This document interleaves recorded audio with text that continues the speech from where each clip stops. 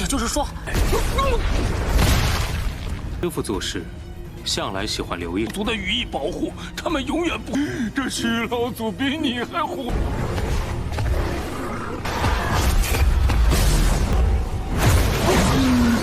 非说了不起吗？玩猜谜是吧？玩幻境是吧？手笔真是父慈土。我玩的挺开心的。Halo guys, welcome back to Kobe Movie. Dan sesuai kata Mimin kemarin, kalau Tonghua ini ditambahi episodenya nih. Jadi 160-an episode gitu guys. Gila, mantap. Mungkin sampai si Suyang naik kalam atas kali. Masih ada 100 episode lagi loh. Wadidaw. So, mari kita masuk ke part 59 Lian Shishuanian, episode 61 Lord Suyang. Jadi guys, di part kali ini kita semua bakal melihat nanti mereka bakal bertemu dengan monster badak raksasa yang langsung menyerang Suyang. Lucunya lagi, bakal ada sedikit sosok Suyang pas dia masih kecil guys.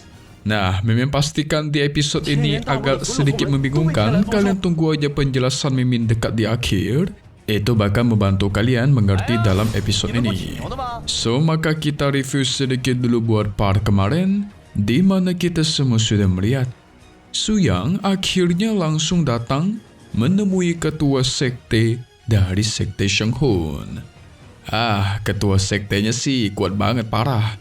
Ting Feng sama Hui Xin aja bukan tandingannya guys. Semua dia libas habis.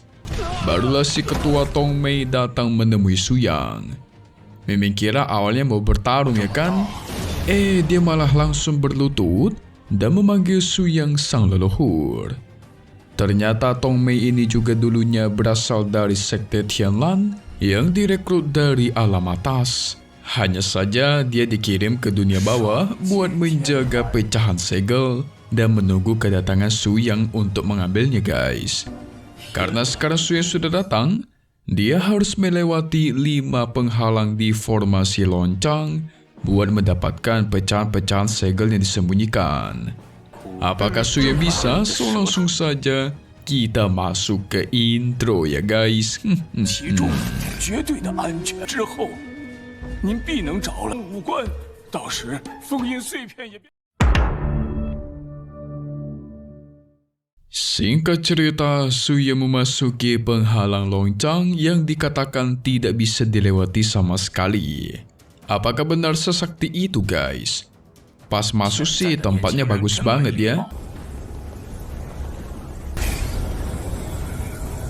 Ada sebuah formasi besar di tengah. Ternyata yang di tengah itu sebagai tanda kelima level dari formasi loncang. Hanya dengan melewati semua level ini, barulah bisa mendapatkan kunci untuk membuka rahasia dari formasi loncang itu sendiri. Dan tentu mendapatkan potongannya guys. Si Ting Feng saking gak sabarnya, dia langsung meluncur dan duduk di salah satu formasi. Ternyata dalam membuka formasi itu, membutuhkan 5 orang guys. Nah, nanti kelima orang itu duduk berkeliling. Yang mau masuk bakal di tengah. Segera kelima orang pun duduk di setiap formasi. Tapi Suyang sebelum masuk, dia tahu guys, Liu Tongmei ini menyembunyikan sesuatu darinya. Jadi Suyang ingin tahu, apakah itu? Tongmei automatiku tudong, tapi dia tidak ada pilihan selain jujur. Jadi guys, dalam formasi kelima level loncang ini, kalau satu aja level tidak berhasil dilewati, maka orang itu bakal menetap di level sebelumnya dan tidak bakal bisa keluar untuk selama-lamanya guys. Suyang kesal dong. Bisa-bisanya merahasiakan hal seperti itu yang menyangkut nyawa. Langsung dah Liu Tongmei diserang sampai nempel tembok. 什么鬼啊？也就是说， Suyang tahu kalau gurunya memang suka membuat rahasia dari setiap karya ciptaannya. Karena gurunya itu memiliki satu prinsip.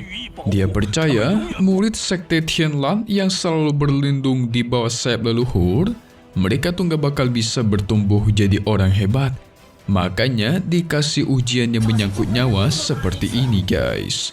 Suya memastikan kalau sampai berani mempermainkan dirinya, maka bakal dia bantai habis. Segera dia pun masuk ke dalam inti formasi buat melewati kelima level loncang. Tapi sebelum dia pergi, dia memastikan jangan pernah berani menyentuh para muridnya, atau bakal dia buat jadi abu guys. Mantap. Setelah Suyang pergi, Liu Tongmei langsung merasa kalau Suyang ini sangat protektif orangnya, selalu melindungi muridnya, jauh lebih peduli kepada murid daripada guru besarnya sendiri.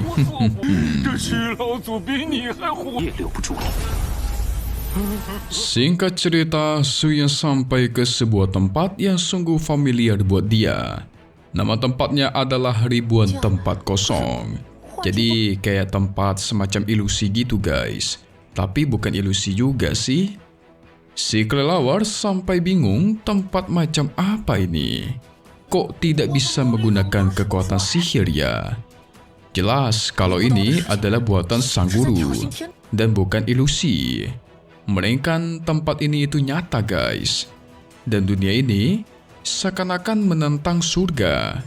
Karena bisa diciptakan sesuka hati sama gurunya Suyang.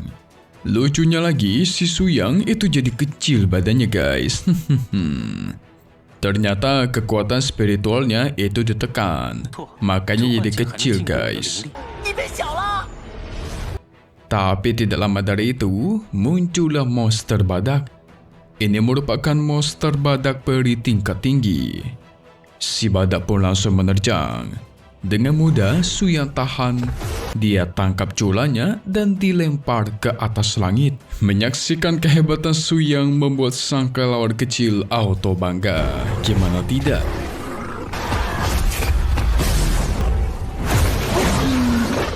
Tanpa kekuatan spiritual aja, Suyang udah sekuat ini. Bisa melempar monster peri di tingkat tinggi dengan sangat mudah. Ini gila bukan? Dulunya Suyang pengen diberikan naga kecil guys. Tapi sang guru malah memberikan badak hijau yang tadi. Jadi sebenarnya badak yang tadi itu peliharaannya Suyang. Gak lama dari itu muncullah sosok gurunya Suyang.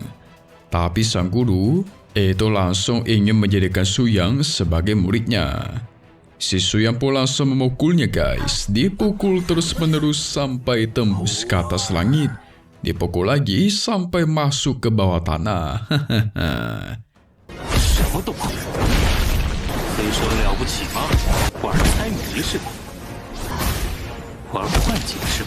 Ternyata dia kesal sama gurunya sendiri. Pergi gak bilang-bilang, meninggalkan banyak masalah misteri yang bikin pusing si Suyang. Makanya dia pengen memukul gurunya tanpa henti. Akhirnya Suyang bisa merasa sedikit lebih nyaman setelah memukul gurunya sendiri.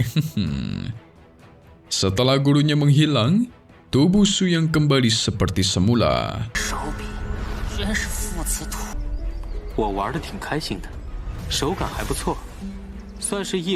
Oh, memang ngerti guys. Jadi itu, tempat ini tuh seperti fantasinya Suyang. Dia dari dulu pengen memukul gurunya saat masih belum menjadi guru. Makanya dia masuk ke masa lalu saat dirinya masih kecil. Itu merupakan keinginannya sedari awal guys. Mari kita sekarang masuk ke fantasinya Qingshu. Nah ceritanya, si Qingshu lagi latihan dengan sangat hebat dan langsung dipuji-puji oleh guru Suyang. Di sini dia sudah membuatkan sup selama 3 jam dan meminta agar Suyang mencobanya. Suyang pun langsung menghabisi 1 mangkok, seakan-akan itu enak sekali. Membuat Qingshu bahagia dong. Selain itu ada hujan koin emas.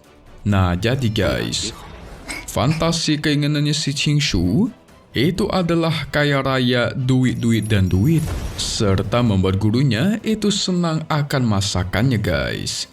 By the way, tubuh aslinya Suyang bukannya di bawah ya, yang berada di atas langit lah yang asli guys. Sekarang kita masuk ke fantasinya Pai Lian Sui. Ternyata dia senang mengajak gurunya minum-minum sampai mabuk dan tidur. Saking mabuknya, dia membuatkan rantai supaya gurunya tidak bisa pergi seperti dulu guys. Nih supaya mereka bisa bersama-sama terus ya kan. Suyang yang asli itu sadar, pasti ini semua karena trauma di masa lalu. Makanya dia bertindak sejauh ini. Ingat ya guys, masa lalu si Suyang itu mengasingkan diri tapi malah nggak balik-balik, membuat Lian Sui sedih. Ini sih Mimin lihat, Lian Sui suka sama gurunya sendiri nih. Soalnya dia bertindak sampai segitunya guys. Kita beralih ke fantasinya Kong Yan, yang ini mah kocak guys. Ceritanya dia yang nunggu-nunggu kedatangannya Ting Feng. Pas jatuh dari atas pohon, langsung diselamatkan oleh Ting Feng dengan penuh akan ketampanan. Aduh, ini berdua mah kocak guys, pasangan lucu.